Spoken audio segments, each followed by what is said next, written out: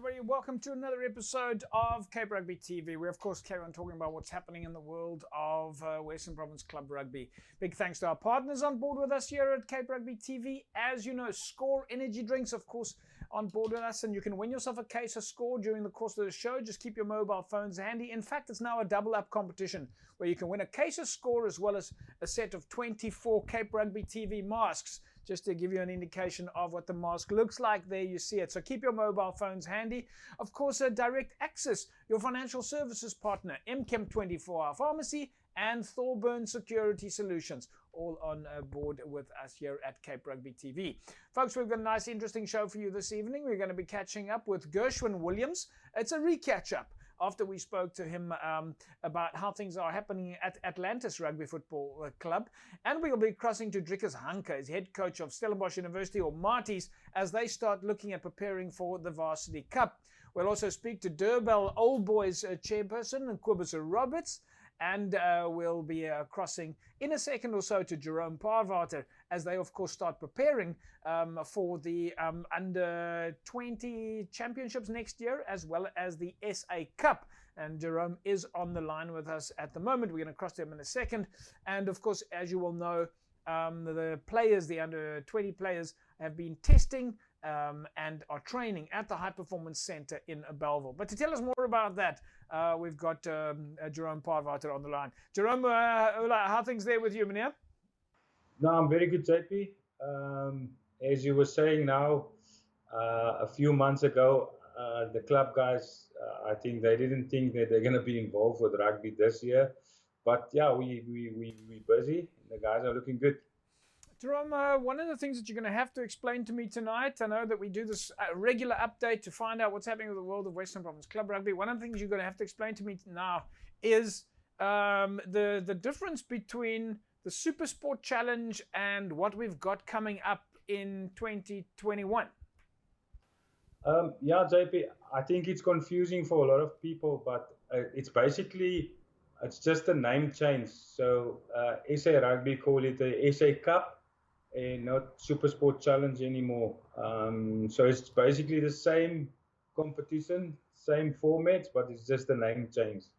So Jerome, if we're talking now about the SA Cup, just explain to us also the format. How does that work in terms of who plays in it and also who else in the country? Are we talking about provinces? Are we talking about regions? Are we talking about clubs? Just give us a little bit more info on the tournament itself. Yeah, it is provinces, JP, and it's basically north and south. So the teams that's in our section, in the south section, is ourselves, Free State, the Sharks, in Boland, SVD, and I don't know, for some other reason, the Griffins are also in with us. So they're basically in the north, but they're also in with us. So it's mainly the teams of the south, yeah. And the players themselves, is it a mix of ages, a mix of clubs, schools, contracted players? How do the players come about? Yeah, JP, it's interesting because we haven't run sort of, we basically next year, almost at the same time, 3 competitions are going to run. So we have the Under-20 competition that's going to run, and they start a week before the SA Cup start. They start on the 13th, and the SA Cup starts on the 20th of February. So it's early. And then, obviously, the Currie Cup guys are having a little bit of a break. And then in March, they're going to start with the Pro 16. So it's a lot of rugby, and it's a lot of competitions for SA Rugby. So it gives us a good opportunity to look at the club coaches who are out there, because we're definitely going to look, we're going to need numbers to play. As you know, there's only an X amount of contracted players at all the unions now.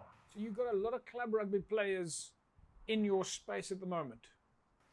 Yeah, we're fortunate because we started last year November with this with the club rugby guys, and we played this year. We played about 8 friendly matches with these guys, and with this would combine at the end with some of the contracted guys. Yeah. So we're fortunate to have basically a squad of club players. We have at the moment we have 27 club players currently training with us. But that is basically the guys that were with us the beginning of this year till March when we played our last game against SVD. Jerome, what comes next? We know that you guys are testing at least you're now into training.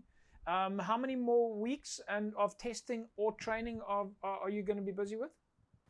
Yeah, JP, we have 2 more weeks before we go on a bit of a break, and then we start around the 6th or 11th of Jan again.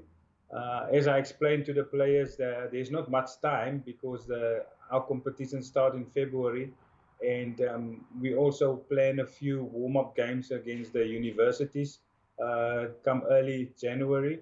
So there's not a lot of time, but I must say I'm very happy with where we are now. We're slowly starting with the rugby stuff now with the guys. They're looking good, yeah. And then, Jerome, I also understand that your guys who completed the Western Province Rugby 2.5 course are now finally getting their certificates. Yeah, JP,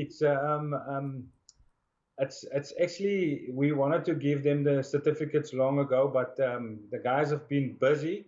So yeah, now we're gonna looking forward to present these guys with the certificates for the hard work that they've done. And then just a final question, Jerome. Over the weekend, we know that you and Coach Nazim, you were busy with the women's rugby high performance coaching education process. I believe that also was very successful over the weekend. That was very, very successful, JP. And one good thing is, I think the men's rugby players can learn a lot from this woman because it's a lot of ex girls who played rugby who's keen to start with coaching, and just doing this level 1 course with them. It's very basic, but just to see the level where they're at, and while we present the course, they always push myself and Nazim sort of on a higher level where we're not actually supposed to discuss stuff that we did there at level 1, but you can see the level that these ladies were on.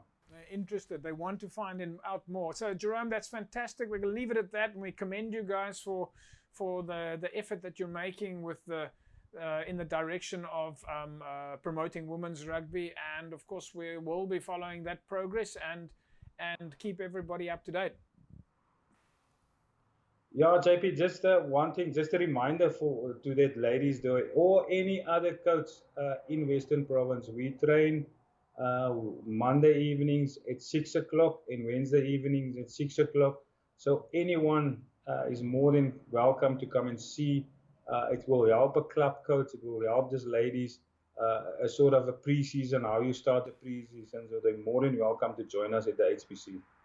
Thanks, Jerome. Okay, so we're going to take a break. When we come back from the break, we'll carry on chatting with Jerome, and we'll, of course, catch up with some of the players at the High Performance Center. Back in a sec.